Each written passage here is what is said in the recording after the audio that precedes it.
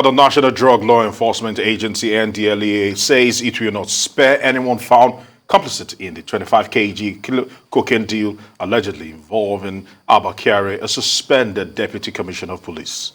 The spokesperson of the NDLEA, Femi Babalola, said this in a statement on Wednesday in response to the allegation of the police that some NDLEA officials were complicit in the bus drug deal and that they should be arrested. The NDLEA in the statement said that the agency remains committed to evidence-based investigation and it will not be deterred by any misinterpretation of facts. The anti-drug agency at a press briefing on Monday had declared Abba Kyari wanted over alleged links with an international drug cartel. The NDLEA had narrated how Kyari and the intelligence response team IRT arrested some drug traffickers who arrived in Nigeria from Ethiopia with 25 kg of cocaine.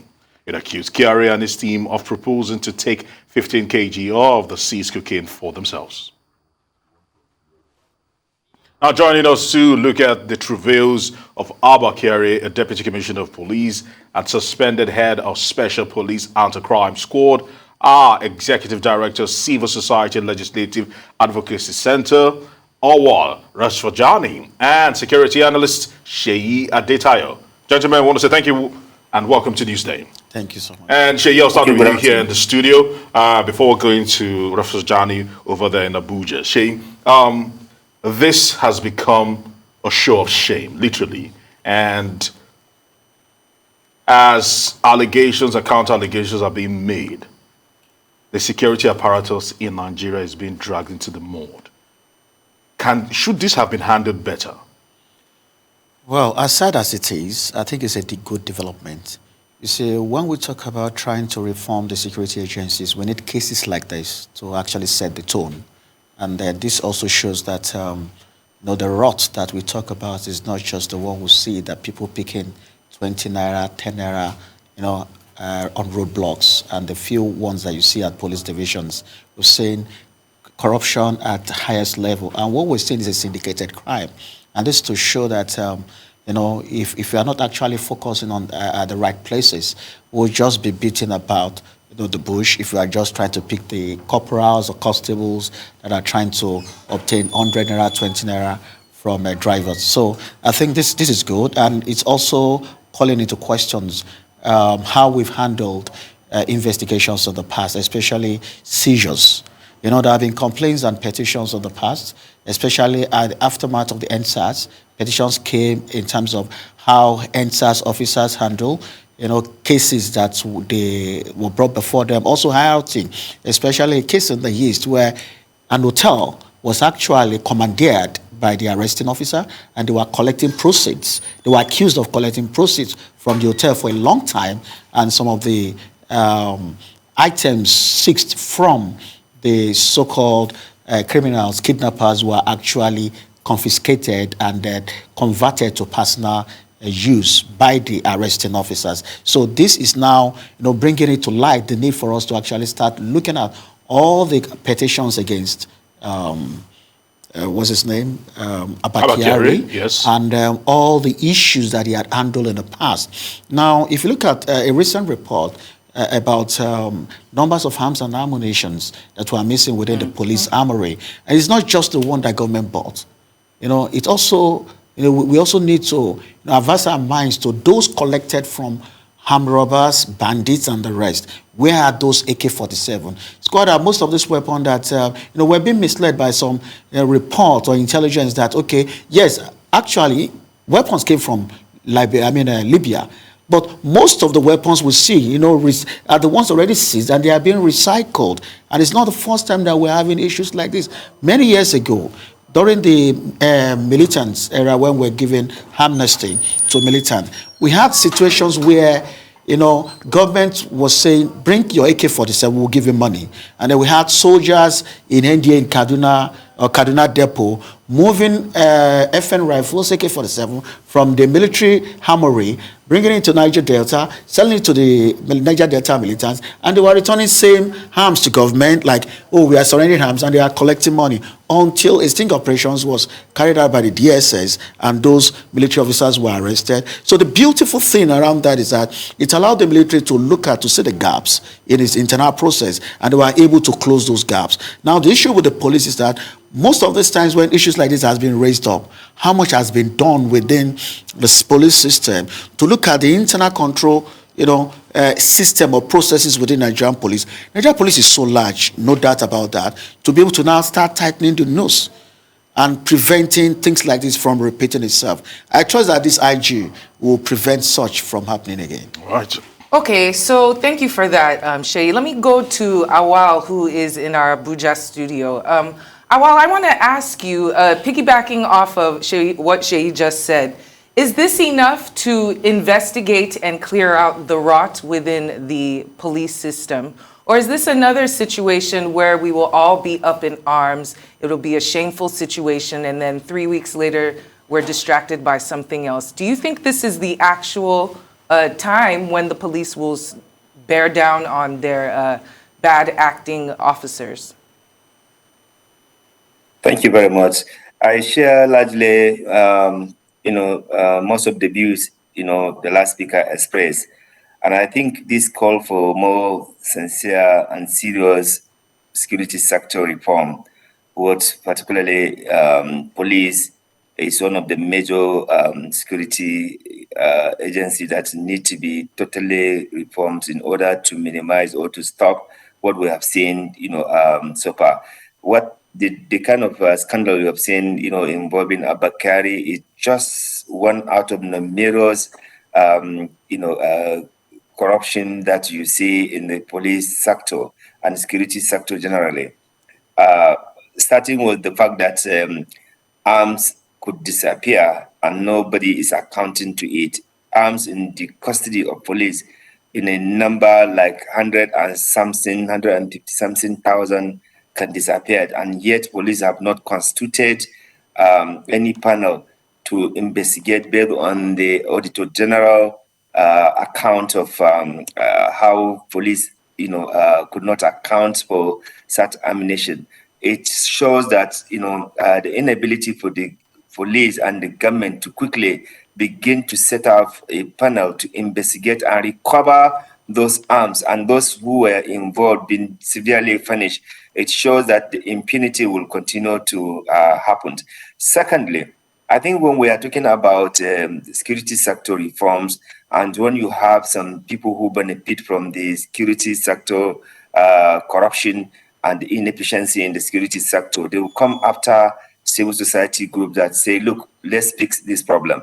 You will recall just as last week, even the Minister of Justice was coming to dismiss the report of Transparency International, saying that public sector corruption is very predominant in Nigeria, and that they rejected Transparency International report. But you can see that every day, the more you make those kind of ridiculous dismissal of public sector corruption, the more it continues to happen. And this shows that the government itself is not, ready and sincere to decisively deal with the issue of corruption, because if its officials are dismissing what Nigerians are going through, the hell of corruption and corrupt practices, then there's no way you could even think of any reforms. Secondly, I think, the issue of Abba Kyari is just one out of so many numerous cases that Nigerians have been talking about. And for the fact that we all know there's no way Abba Kyari can do this alone. He must have been doing this in connivance or with the approval of his superiors, because whatever the allegation Nigerians are making or people are making is that, for you to even be posted to a particular place, you must, settle, the superior officer to do that. And even not only that, even recruitment of the police officers, we've seen how scandal, of corruption are involved. So right from the beginning, when you don't recruit quality people whose record have no link with the criminality, and you populated the police with people who have been involved or who have, a network of criminals, then you have already compromised the value system in the security sector, and the fact that you cannot actually do anything tangible because the place is populated with people with questionable character. So we need to do something about how we do recruitment in the Nigerian police. We need to do something about actually dealing with the impunity of some police officers. There are so many allegations of police brutality. There are so many allegations of police misconduct. Now, with the coming of the Police Act 2020, which also brought in new innovatives of having police response unit, which is dedicated in each of the state that based on the act to receive complaints of misconduct or abuses of the police officers. Only that this particular very important unit within the police, which is also part of the new act of the police amendment, has not been established. So I'm even calling on the Inspector General of Police to support that unit within the police and ensure that its branches are open all over the country as demanded by the act, the Police Act. This will help to report cases of some misconduct or abuses or deviation of police officers. Then they should be able to process that and deal with that. But when you keep on piling all these issues and they are not taking any action, the impunity will grow and people will lose hope and confidence that anything can ever be done. I think the third thing that I also want I need to interrupt you now and bring in Seyi. Seyi, there are speculations, that this might be a way, to avoid the FBI's extradition request of Abba Kyari. What's your take on that? We think that Nigeria will want to embarrass itself just because they want to protect just one guy. You see, Abba Kyari is not all that popular even within the Nigerian police. His classmates are not even happy. And the truth is that, when you're growing together, a guy that is just enjoying promotion, to them, not that because he's doing something spectacular. If you watch his rise, he has been paying PR experts to put things within the media, to sing his songs, sing his glory.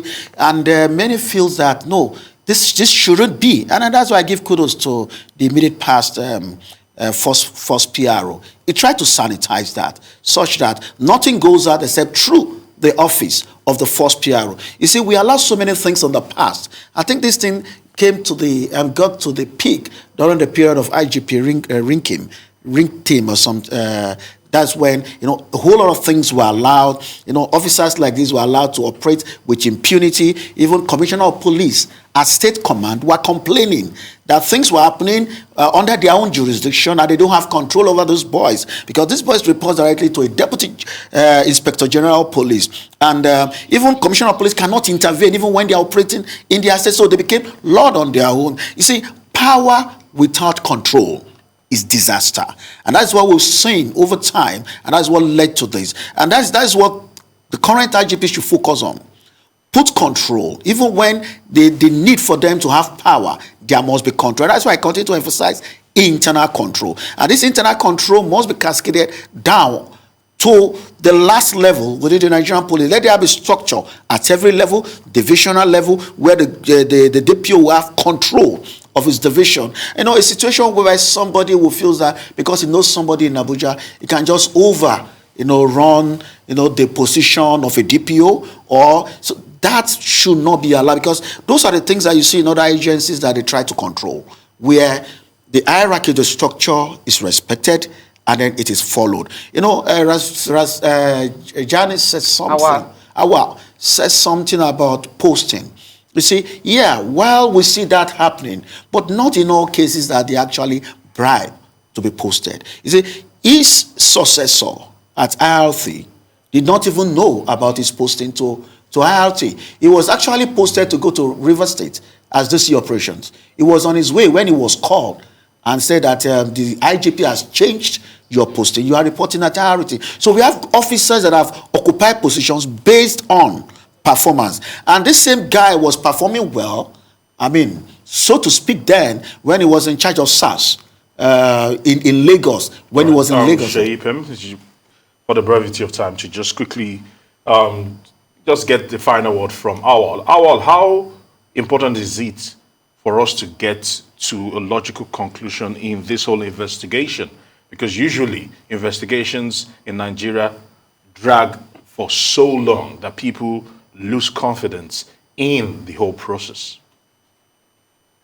I think what I just want to say that what we have seen with the Abba Kyari issue is just one out of numerous issues unreported, undocumented, uninvestigated, and it is an opportunity to use this case as a case study to be able to deal with issues that has to do with undermining even the police and the policing itself in Nigeria and how to reform it, because Abba Kyari is not alone. There are many of them, that are doing that, and we're happy that the IG has dismantled that particular unit that perpetuates brutality and impunity. We need police, and we need to strengthen police to make it more accountable, responsible, and professionally conducted itself with responsibility, with dignity, and that's the only way we can be able to, have sanity in the way and manner. Because police is so important that we cannot allow this kind of dented image in the eyes of public and the international community.